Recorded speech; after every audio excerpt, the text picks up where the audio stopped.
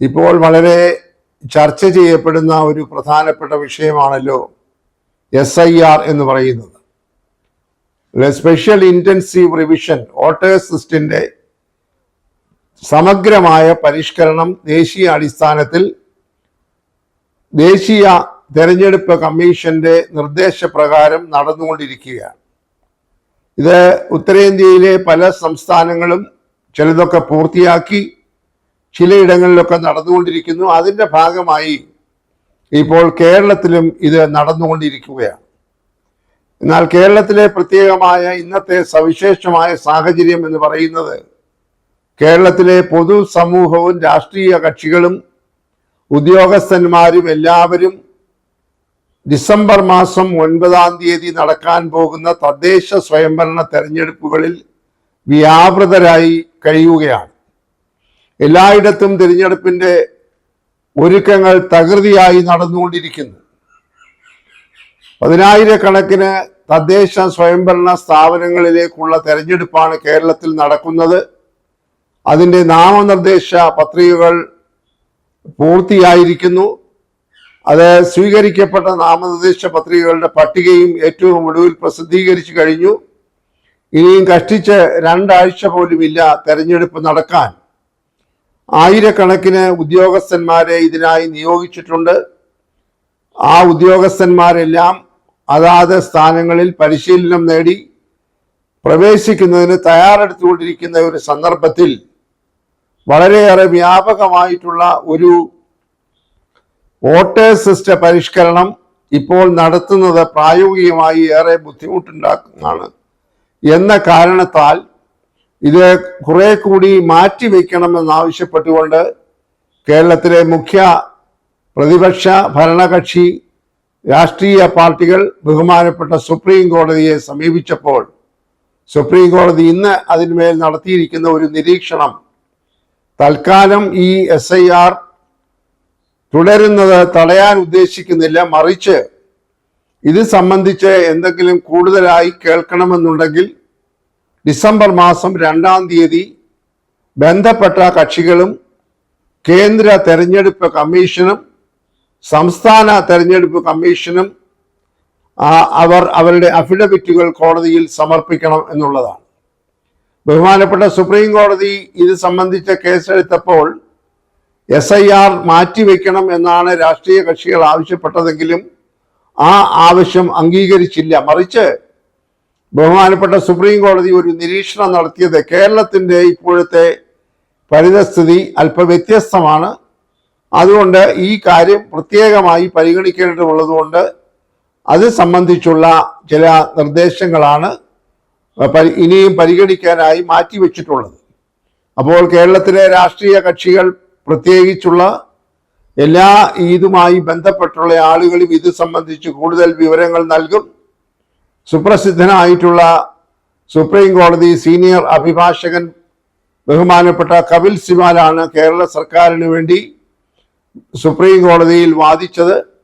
തുടർന്നും അദ്ദേഹം തന്നെ ആയിരിക്കും ഈ കേസിൽ സർക്കാരിന് വേണ്ടി ഹാജരാകുന്നത്. അപ്പോൾ വളരെ പ്രധാനപ്പെട്ട ഒരു കേസ് എന്ന നിലയിൽ തന്നെ സുപ്രീം കോടതി ഇത് ഫയലിൽ ഉൾപ്പെടുത്തിയിട്ടുണ്ട്. അപ്പോൾ വരുന്ന ചൊവ്വാഴ്ച ഡിസംബർ മാസം 2 ഇത് സംബന്ധിച്ച് കൂടുതൽ വാദം കേൾക്കുകയും ആവശ്യമാണെന്ന് കണ്ടാൽ ഒരു പക്ഷേ സുപ്രീം കോടതിക്ക് ബോധ്യപ്പെട്ടാൽ ഇത് SIR നടത്തുന്നത് അല്പം കൂടെ അങ്ങോട്ട് മാറ്റിവെക്കുകയോ അതിന്മേൽ മറ്റെന്തെങ്കിലും നിർദ്ദേശം തരികയോ ചെയ്യും എന്നാണ് പ്രതീക്ഷിക്കുന്നത്. ഇപ്പോൾ ഈ തെരഞ്ഞെടുപ്പ് തദ്ദേശ സ്വയംഭരണ തെരഞ്ഞെടുപ്പിൽ ഉൾപ്പെട്ടിരിക്കുന്ന ഉദ്യോഗസ്ഥന്മാരിൽ നല്ലൊരു പങ്ക് യഥാർത്ഥത്തിൽ SIRന്റെ പ്രവർത്തനങ്ങളിലും ഏർപ്പെട്ടിരുന്നവരാണ്.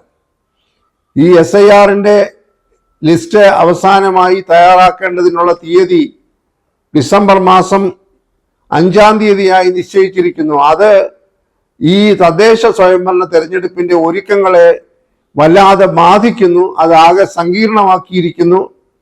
അത് വളരെയേറെ ബുദ്ധിമുട്ടുകൾ ഉണ്ടാക്കുന്നു എന്നുള്ള പ്രായോഗികമായിട്ടുള്ള വിഷയങ്ങളാണ് ബഹുമാനപ്പെട്ട സുപ്രീം കോടതിയുടെ മുൻപിൽ കേരളം സമർപ്പിച്ചത്. വരുന്ന വർഷം നടക്കാൻ നിയമസഭാ തെരഞ്ഞെടുപ്പ് നടക്കാൻ പോകുന്ന തമിഴ്നാട്, ബംഗാൾ തുടങ്ങിയ സംസ്ഥാനങ്ങളും ഇതിന് എതിരായി ഈ SIR എന്ന് പറയുന്നതായിട്ടുള്ള ഈ അന്വേഷണ അല്ലെങ്കിൽ വോട്ടേഴ്സ് ലിസ്റ്റ് പരിഷ്കരണ നടപടികളുമായി ഉടനെ മുന്നോട്ട് പോകരുത്. ഇത് ചില അർത്ഥത്തിൽ വളരെ ബോധപൂർവമായി വോട്ടർമാരെ ലിസ്റ്റിൽ നിന്ന് വെട്ടിനിരത്തുന്നതിനുള്ള ഒരു ഉപാധിയായും ഭരണകക്ഷികൾ, കേന്ദ്രത്തിൽ ഭരിക്കുന്ന BJP ഉൾപ്പെടെയുള്ള കക്ഷികൾ ശ്രമിക്കുമോ എന്ന് ബംഗാളിലെയും തമിഴ്നാട്ടിലെയും ഒക്കെയുള്ള പ്രാദേശിക രാഷ്ട്രീയ കക്ഷികൾ ഭയക്കുന്നതായും കേൾക്കുന്നുണ്ട്. അതുകൊണ്ട് അവരും ഇതിനകത്ത് കക്ഷി ചേർന്നിട്ടുണ്ട്.